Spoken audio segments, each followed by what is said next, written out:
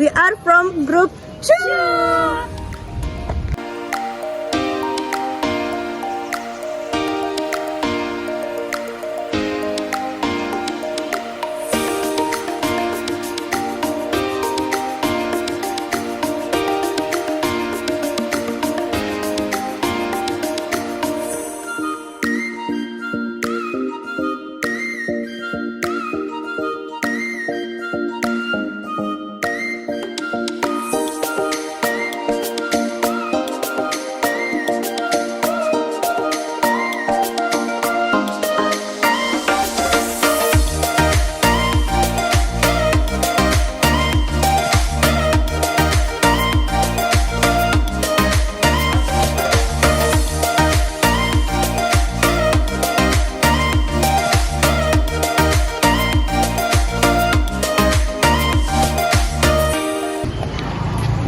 Hai guys.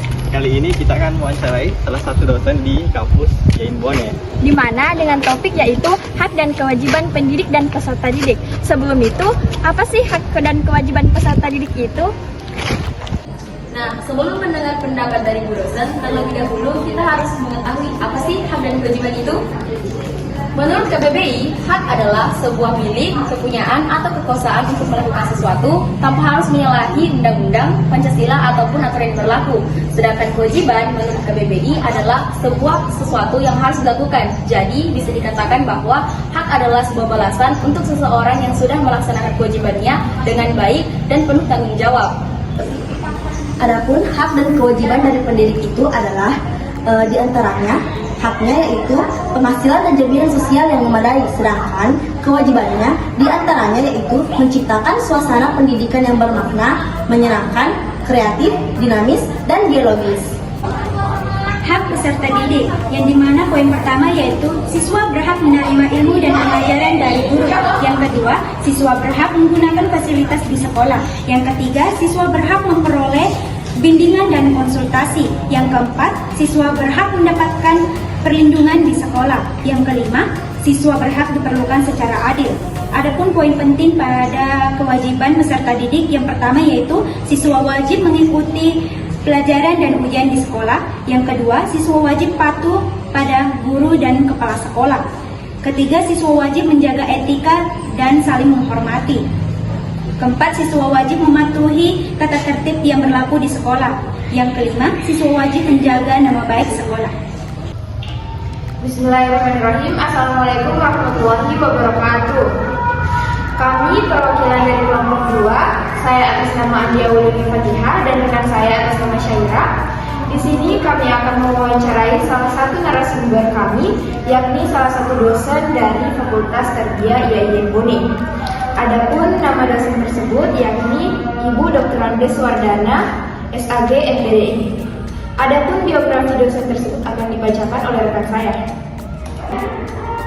Beliau merupakan salah satu dosen di kampus kita yakni di Yain Bone yang mengajarkan tentang ilmu pendidikan Islam. Beliau beralamatkan Jalan Gunung Kidul, Lorong Nusantara 4 nomor 4. Beliau merupakan alumni dari MIN tahun 1984, MTS 1987, PGA Negeri 1990. Beliau juga pernah berkuliah S1 di UIN Alauddin Makassar 1995 dan S2 pada tahun 2002 di UIN Alauddin Makassar dan S3 di tahun 2014 di UIN Alauddin Makassar. Baik, itulah tadi biografi singkat mengenai riwayat pendidikan beliau. Bagaimana, menarik bukan? Jadi, untuk mengetahui apa saja sih hak dan kewajiban peserta didik dan pendidik, apakah sudah terpenuhi atau tidak, mari kita simak hasil wawancara dari kelompok kami. Selamat menonton! Jadi kewajibannya yang pertama yaitu secara kepribadian wajib menyempurnakan dulu pribadinya sebagai seorang guru, yaitu apakah nilai-nilai akhlak moralnya, etika, ya. Kemudian dalam hal spiritualnya bagus, sudah terpenuhi sebagai hamba kepada Allah, itu wajib itu. sebelum dia menjadi pendidik. Kemudian kewajiban yang kedua adalah yang terkait dengan intelektualnya, harus memiliki kualifikasi pendidikan yang sesuai dengan bidang profesinya. Misalnya kalau guru ya, guru itu harus backgroundnya pendidik atau pendidikan, ya, fakultas kependidikan, prodi kependidikan, seperti kita ya, ada tarbiyah dan kemudian kadus bahasa Inggris itu sesuai dengan kewajiban kita. Karena tidak ada orang yang bisa jadi guru sebelum memiliki ijazah ya, tidak memiliki sertifikat atau lisensi apapun dari pemerintah, tidak bisa ya. Artinya untuk menjadi guru pendiri yang resmi, formal ya. Tapi kalau pendiri secara non formal itu saja, tanpa memiliki syarat itu kewajibannya. Kemudian haknya, yang kedua haknya ketika sudah memiliki semua kewajiban sebagai pribadi, ya. Saya mau katakan seperti ini, kewajiban guru pendidik itu sebenarnya ketika dia memiliki memenuhi kompetensi yang lima kemarin ya, yaitu kompetensi wajib, dia memiliki kompetensi profesional, wajib memiliki kompetensi profesional, wajib memiliki kompetensi sosial, wajib memiliki kompetensi pedagogik, kemudian wajib memiliki kompetensi kepemimpinan. Setelah itu semuanya terpenuhi, baru guru itu atau pendidik itu bisa mendapatkan haknya, itu mendapatkan gaji dari negara, dikasih tunjangan kinerja dan tunjangan profesi. Itu haknya. Apa lagi? Bagaimana Bu sekarang saya ditanya Bu, ada kayak tenaga pendidikan yang mendapatkan haknya tidak sesuai dengan apa yang sudah kerjakan Bu, kayak lebih banyak mengajarnya daripada yang didapatnya. Kalau begitu tidak benar juga sih, dalam konteks negara kita tidak benar karena pengabdian kita kepada negara itu tidak berbanding dengan tingkat kesejahteraan yang diberikan, maka itu tidak adil, atau dalam perspektif negara. Tapi kalau perspektif agama itu tidak apa-apa juga sih, karena itu kan pengabdian. Kalau bukan pengabdian kepada negara, ya pengabdian kepada Tuhan. Karena tugas kita itu kan mencerdaskan orang, mendidik orang lain. Tanpa digaji pun sesungguhnya kita punya kewajiban untuk mencerdaskan orang lain, mendidik orang lain. Itu toh. Tanpa harus ada gaji pun kalau dalam perspektif agama Islam seperti itu. Karena guru-guru yang dulu itu syaratnya tidak boleh terima gaji. Dulu pendidik dulu di zaman ulama-ulama besar tidak boleh terima gaji. Berbicara tentang di lain kemungkinan seorang peserta didik, bagaimana jika hak dan kewajiban itu tidak dilaksanakan dengan baik? Siapa? Untuk peserta didik, kalau peserta didik tidak menjalankan kewajiban dan haknya, tidak bisa terjadi. Tidak bisa, namanya sebuah pendidikan itu tidak akan terjalan secara efektif dan efisien dan bisa. Karena pendidikan itu bisa terlaksana dengan baik jika kedua belah pihak, baik pendidik maupun peserta didik, semuanya memenuhi kewajiban dan hak-haknya. Apa kewajiban peserta didik? Yang pertama itu belajar. Itu kewajibannya belajar. Ya, tapi sebelum belajar itu ada aturan-aturan. Misalnya harus bersihkan niatnya dulu. Dia belajar untuk apa? Itu harus niatnya dulu. Kewajibannya. Kemudian kewajibannya dia harus taat, ya, harus patuh kepada guru. Jadi apapun diperintahkan, diinstruksikan oleh guru kepada peserta didik harus taat. Itu kewajibannya. Dia harus tekun, harus sabar, harus jujur, harus tawadu, harus semuanya itu. Jadi kewajibannya harus mentaati segala perintah-perintah guru atau ustaznya, seperti itu kewajibannya. Lalu haknya apa?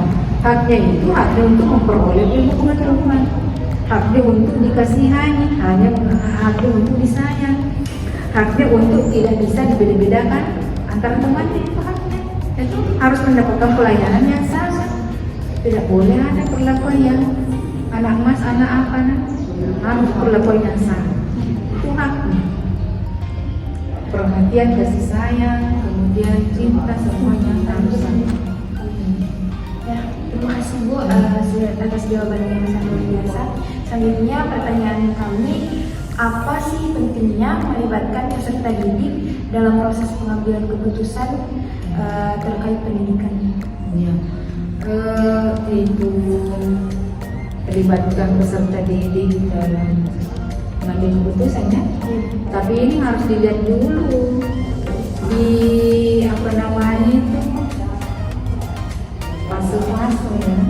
Misalnya kalau peserta didik tingkat misalnya SMA, bahkan SMP, SMA sampai perguruan tinggi memang harus ya dimintai apa namanya pandangannya untuk mengambil keputusan. Tapi kalau SD mungkin ke bawah itu saya rasa tidak perlu juga itu dimintai keputusannya, karena itu otoritas penuhnya ada pada orang tua dalam hal ini pendirian. Jadi kalau misalnya di sekolah lanjutan ke atas sampai perguruan tinggi itu memang dilibatkannya mengambil keputusan. Karena itu juga salah satu pembelajaran untuk menghormati orang lain. Itu pentingnya. Tidak boleh otoriter. Tidak boleh orang memaksakan kehendak.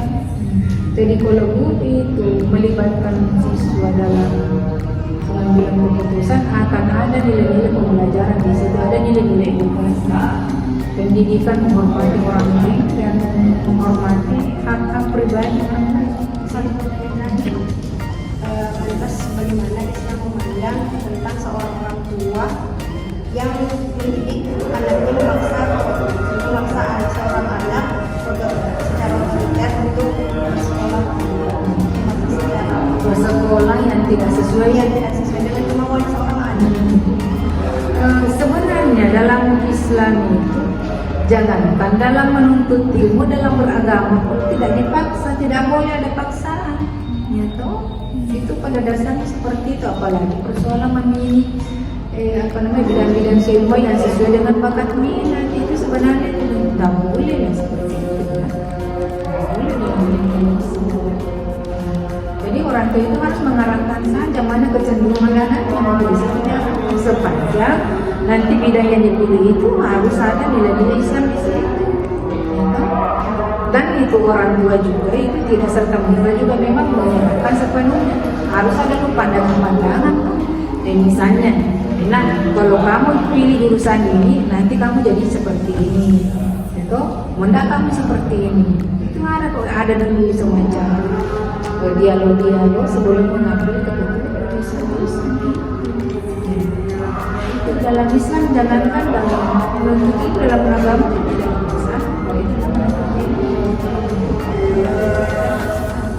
Baik Bu, terima kasih banyak atas ilmu-ilmu yang telah Ibu berikan pada wawancara kali ini, dan terima kasih banyak atas kesempatan Ibu. Semoga ilmunya bermanfaat. Baik, selanjutnya kami akan kembali kepada topik kami. Assalamualaikum warahmatullahi wabarakatuh.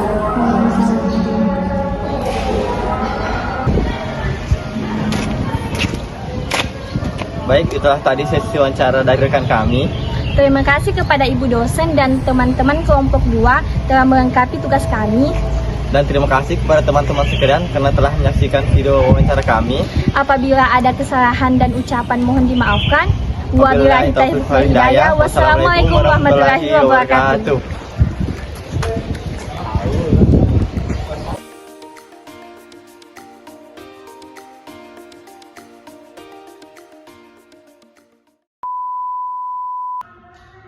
Baik, bismillahirrahmanirrahim. Assalamualaikum warahmatullahi wabarakatuh.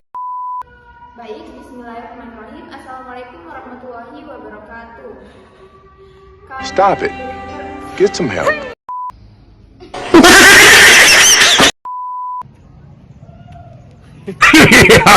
BTS nya iya.